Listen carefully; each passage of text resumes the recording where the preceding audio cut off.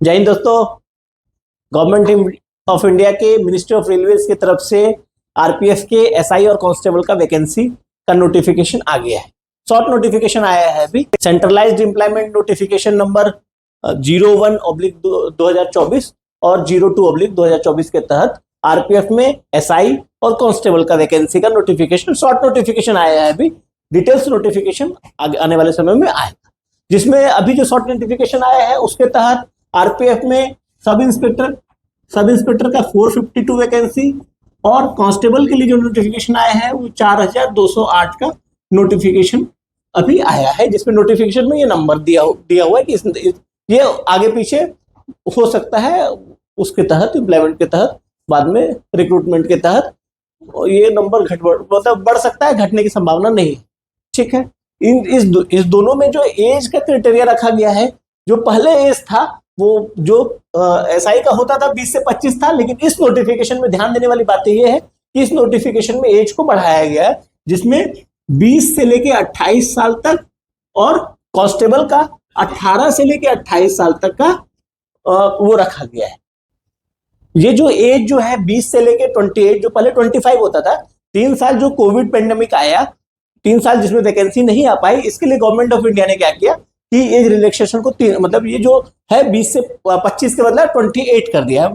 पहले 25 था जो कि 28 हो गया है। और लेकिन ये ध्यान रखें, ये अब इसमें रिलैक्सेशन जो है ओबीसी, एससी, एसटी और महिलाओं के लिए जो रिलैक्सेशन है वो इसमें जो भी उसके हिसाब से है वो लागू होगा। मतलब जैसे ओबीसी का 3 साल तो मतलब 28 + 3 31 साल तक, और एसटी एससी का जो 5 साल का रिलैक्सेशन है उसमें 28 + 5 33 ईयर्स तक उसमें रिलैक्सेशन के तहत एज का वो है, ये है क्राइटेरिया। एज का जो गणना होगा वो 1/7/2024 के तहत होगा। ये मैक्सिमम एज जो है आपका, इसके पहले इससे ज्यादा नहीं होना चाहिए। 1/7/2024 तक आप जो है वो इस एज के अंदर होने चाहिए। अब हम बात कर लेते हैं एजुकेशन क्वालिफिकेशन की। एजुकेशनल क्वालिफिकेशन में जो एसआई का है, एसआई का आप ये किसी भी रिकॉग्नाइज्ड यूनिवर्सिटी से, सेंट्रलाइज्ड यूनिवर्सिटी से ग्रेजुएट होना चाहिए, मान्यता प्राप्त विश्वविद्यालय से आप स्नातक की डिग्री होनी चाहिए आपके पास। और डिग्री जो होनी चाहिए वो मतलब ये जो नोटिफिकेशन जो हमारा अभी फॉर्म के जो हमारा डेट है, जो फॉर्म फिलअप किया जाएगा वो 15 अप्रैल 2024 से किया जाएगा, और इसका लास्ट डेट जो है वो 14 मई 2024 के रात के 23:59 11:59 तक इसका लास्ट डेट है।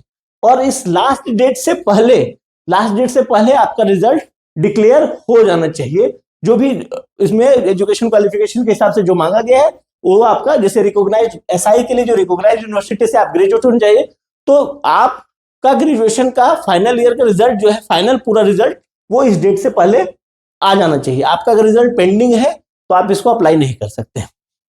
उसी तरह कांस्टेबल के लिए जो है वो 10th है। किसी भी बोर्ड, मान्यता प्राप्त बोर्ड से आप 10वीं उत्तीर्ण होनी चाहिए। अगर आप उत्तीर्ण, इसमें वही बात है, सेम बात, कि अगर आप उत्तीर्ण नहीं हुए हैं और आपका रिजल्ट पेंडिंग है तो फिर ये आप इस वैकेंसी को आप फिलअप नहीं कर सकते। ठीक है। ये जो वैकेंसी है, ये जो आपका वैकेंसी देख रहे हैं एसआई और कांस्टेबल का, इन दोनों में 15%, क्योंकि रेलवे प्रोटेक्शन फोर्स में महिलाओं बल सदस्यों की भी बहुत, क्योंकि ये पब्लिक रिलेटेड जॉब है तो इसमें महिलाएं भी बहुत जरूरत है। इसीलिए क्या की है भारत सरकार कि 15% रिजर्वेशन फिक्स्ड की है। इन दोनों वैकेंसी में महिलाओं के लिए 15% रिजर्व है। ये इन दोनों वैकेंसी में 15% के हिसाब से दोनों का वैकेंसी का रिजर्व है, महिलाओं के लिए सुरक्षित रखा गया है। इस वैकेंसी को भरने के लिए जो आपका, जब आप अप्लाई करेंगे तो उसके लिए जो फीस लगेगा, फी का जो निर्धारण किया गया है वो एसआई के लिए जो फीस लगेगा और कांस्टेबल के लिए, दोनों का फी का निर्धारण सेम है। मतलब एसआई में भी आपको जो भरना है, जनरल कैटेगरी और ओबीसी के कैंडिडेट को भरने के लिए 500 रुपये लगेगा, 500 रुपीज, और एसटी एससी और एक्स सर्विसमैन और महिलाएं, इनको भरने के लिए 250 रुपीज लगेगा। इस 500 में से ध्यान रखिएगा कि 500 रुपीज आपको जब आप अप्लाई करेंगे तो आपको डीडी बना के, बैंक ड्राफ्ट बना के सबमिट करेंगे, और जब जैसे आप अपेयर होंगे, अगर एग्जाम में अपेयर हो जाएंगे तो आपको 400 रुपीज, मतलब बैंक चार्जेस काट के 400 रुपीज आपको रिफंड हो जाएगा। और इसमें 250 में पूरा 250 रिफंड हो जाएगा। ठीक है। और एक बात ध्यान रखने वाली बातें हैं कि अगर आप ये जो फीस रिफंडेबल का जो मैंने बात किया कि 500 में से 400 रिफंड और 250 में से 250 रिफंड तभी होगा जब आप सीबीटी एग्जाम में बैठेंगे। अगर आप एग्जाम में नहीं बैठते हैं तो वो पैसा सरकार आपको रिफंड नहीं करेगी। ये जो आप अप्लाई करेंगे रेलवे रिक्रूटमेंट बोर्ड जो है, ये यहाँ 11 जगह निर्धारण किया गया है। इन 11 जगह में से किसी एक ही जगह आप अप्लाई कर सकते हैं। ऐसा नहीं है कि एक कैंडिडेट पूरे 11 जगह अप्लाई कर देगा, वो नहीं होगा। एक कैंडिडेट किसी एक रेलवे रिक्रूटमेंट बोर्ड में ही अप्लाई कर सकता है। इनिशियल पे जो है वो सब इंस्पेक्टर का जो है वो है आपका 35,400 और कांस्टेबल का जो इनिशियल पे है वो है 21,700 रुपया। प्लस इसमें जो है इसके ये इनिशियल पे है, आप जब जॉब करेंगे तो फिर और भी जो अलाउंसेस वगैरह है इसमें इंक्लूड होगा, उसके तहत फिर आपको सैलरी बढ़ के मिलेगा। तो ये इनिशियल पे है, इसके हिसाब से फिर आपका जो भी और ड्यूटी के दौरान जो है आपका राशन मनी और भी चीजें जो रहती है वो सब इंक्लूड होने के बाद फिर आपको फाइनली सैलरी मिलेगा। ये जो एसआई और कांस्टेबल का जो वैकेंसी है इसमें जो मोड ऑफ एग्जामिनेशन होगा वो सीबीटी के तहत होगा, कंप्यूटर बेस्ड टेस्ट के तहत आपका एग्जाम लिया जाएगा, जिसमें जो सब इंस्पेक्टर के लिए है उसमें 120 मार्क्स का और कांस्टेबल के लिए भी 120 मार्क्स का ये टेस्ट होगा। 120 मार्क्स में जो जनरल और ओबीसी का, जनरल यूआर और ओबीसी का जो क्वालिफिकेशन है वो 40% है, मतलब 40 इसका 40% मतलब 42 मार्क्स का, और जो एससी एसटी उसके लिए है वो 30% है, मतलब 36 मार्क्स में ये पासिंग मार्क्स है, क्वालिफाइंग मार्क्स है ये। और इसी तरह इसमें भी कांस्टेबल में भी सेम है, जनरल ओबीसी जो है उसके लिए 40% मतलब 42 मार्क्स, और एससी एसटी के लिए 30% मतलब 36 मार्क्स का मिनिमम क्वालिफिकेशन ये होना कंपलसरी है।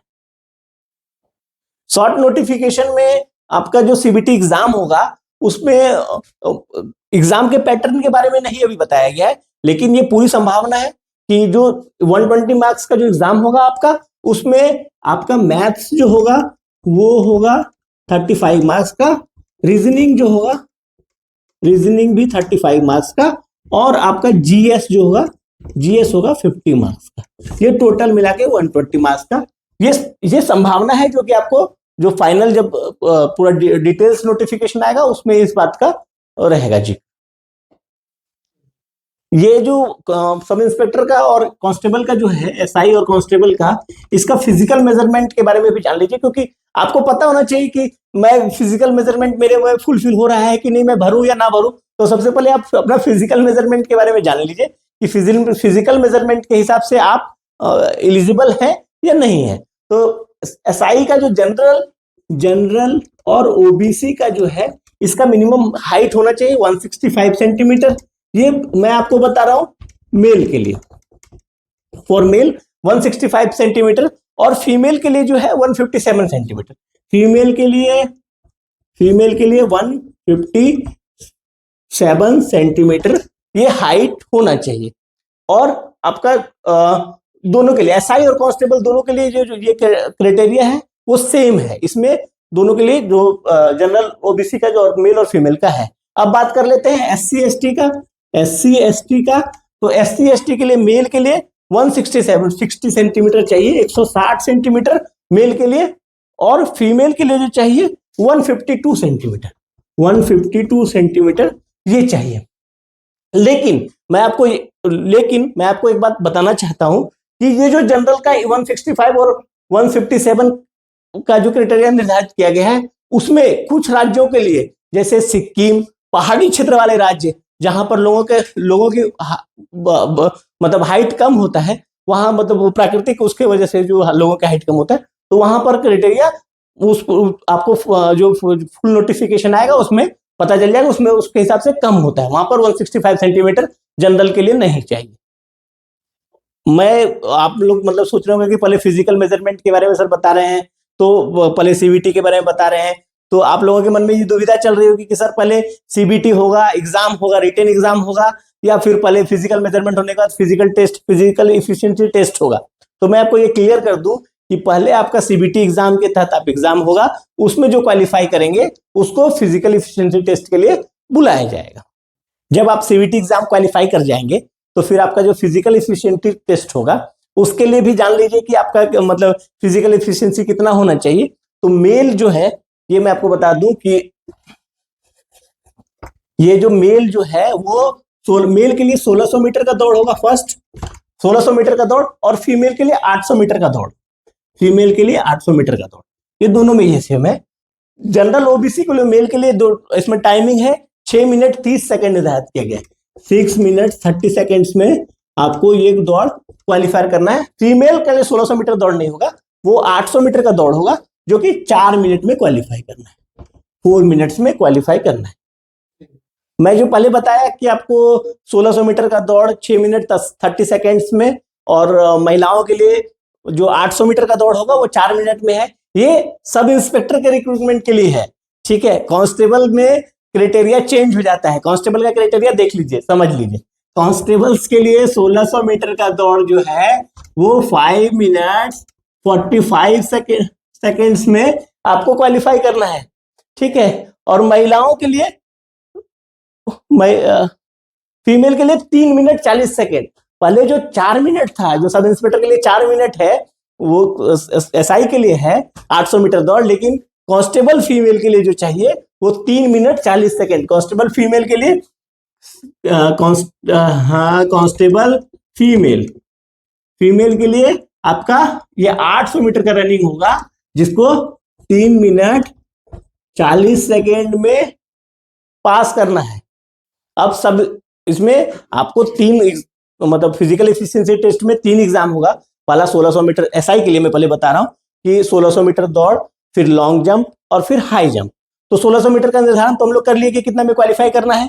अब इसी तरह से लॉन्ग जंप का एसआई के लिए लॉन्ग जंप जो होना है वो 9 फीट का, सॉरी 12 फीट का, 12 फीट।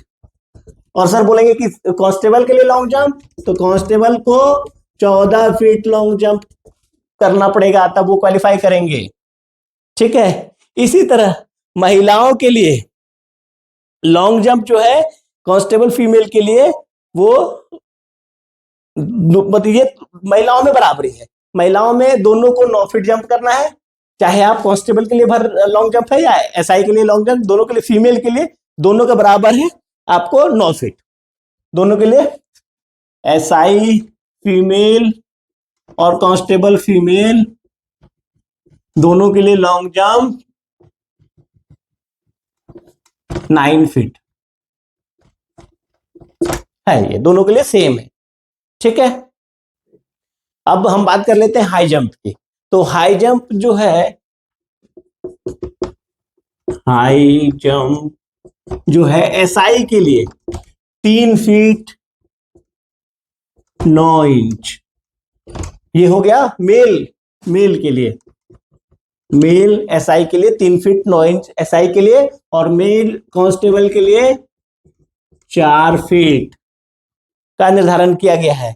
फीमेल के लिए सेम है, एसआई और कांस्टेबल दोनों के लिए आपको 3 फीट हाई जंप करना है। फीमेल के लिए, फीमेल एसआई एंड कांस्टेबल दोनों के लिए 3 फीट किया गया है, ठीक है। विस्तृत जानकारी आएगी तो मैं फिर एक बार एक वीडियो बनाऊंगा और फिर उसमें डिस्क्राइब करके पूरा और भी विस्तृत जानकारी दूंगा। और इसी तरह के और भी नोटिफिकेशन के लिए आप हमारे चैनल को सब्सक्राइब और लाइक कर सकते हैं। Thank you.